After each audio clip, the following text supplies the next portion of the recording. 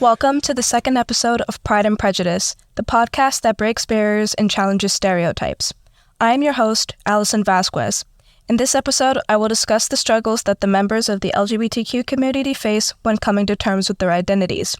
Finding out who you are is a difficult matter, and realizing that you do not fit into the quote-unquote normal mode society is built for people, it becomes even harder to deal with. It's daunting to find out who you are, and it especially was for me.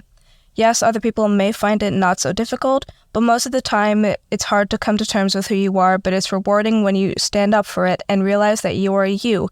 You're part of a massive community that supports one another, and you will not let yourself be silenced. The first thing I want to discuss is being in the closet. Being closeted is a normal circumstance many people of the LGBTQ community have to deal with, and it means to not tell anyone about your sexual identity or gender orientation. Some people stay closeted for months, even years, because they're scared of how other people will react if they'll be accepted in their homes or within their friend group.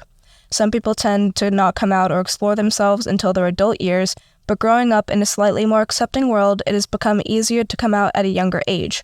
However, there's still the fear of not being accepted, especially when you are a trans individual. It's daunting to present yourself as you because you could be discriminated against because you do not align with the gender you were assigned with at birth.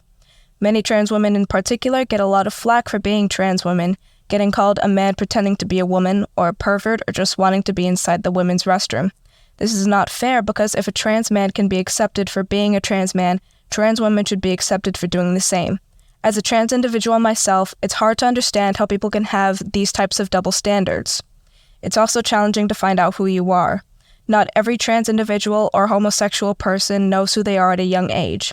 They may have a feeling, but they don't know for sure.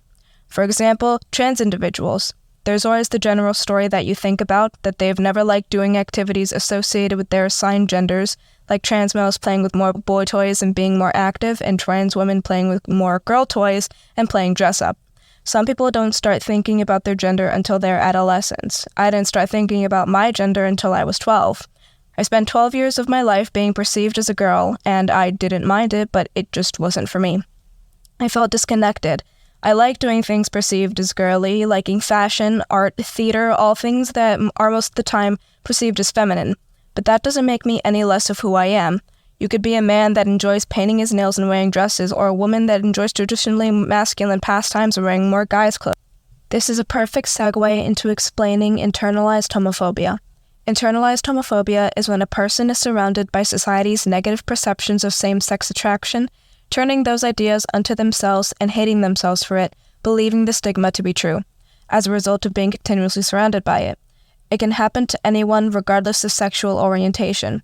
You can know that you're gay, trans, bisexual, and lesbian and still hate yourself for it because of who you were surrounded by growing up. The people who you are around do affect you and your perception of the world. Internalized transphobia is also similar to internalized homophobia and refers to the discomfort someone can feel when taking society's gender norms to heart and can cause negative health problems, according to Medical News Today. Medical News Today has 2 articles about these topics, and it would be great if you could read these to learn more about the topic than I can explain here. This leads people to hide themselves, to present themselves in a way that makes them feel disconnected and even more horrible about themselves. They're already too scared to present themselves in a way that makes them feel comfortable, and now presenting themselves as something they are not can take and how they perceive themselves.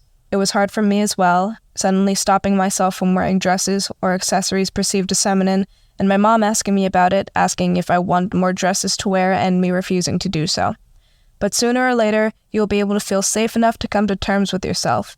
You realize that even if people don't accept you, call you crazy or mentally unwell or just in denial, it doesn't matter. You are happy as yourself and you appreciate that. Simple ways of coming to terms with yourself are to wear things that make you happy. Paint your nails, wear dresses, dye your hair, cut it, present yourself in the way that you wish to be perceived. Do research on how to make your voice deeper or higher, and most importantly, learn to shut out negativity. It's definitely easier said than done, but eventually you will realize that people's opinions about you don't matter. They don't know you and will never get to know you. Being yourself is the best you to be, so don't ever stop. You are important, you are loved, and nothing about you will ever change that. You are an amazing person. If you enjoyed this episode of Pride and Prejudice, please share it with friends, family, or anyone who could benefit from this podcast. Let's spread the word and make our voices heard. Until next time, remember that it's not just about breaking barriers, it's about creating a world where everyone's story is heard and celebrated. Keep listening, keep learning, and keep challenging those stereotypes. This is Allison Vasquez signing off, reminding you that every story matters.